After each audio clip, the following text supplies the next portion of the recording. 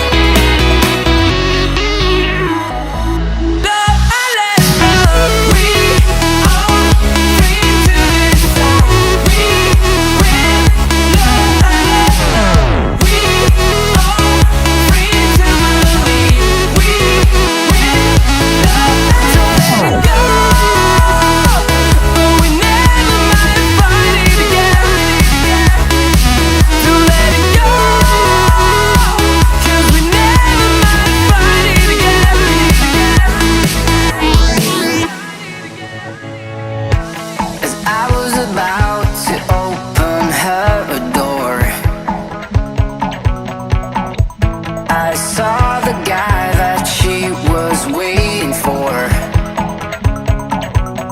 He had no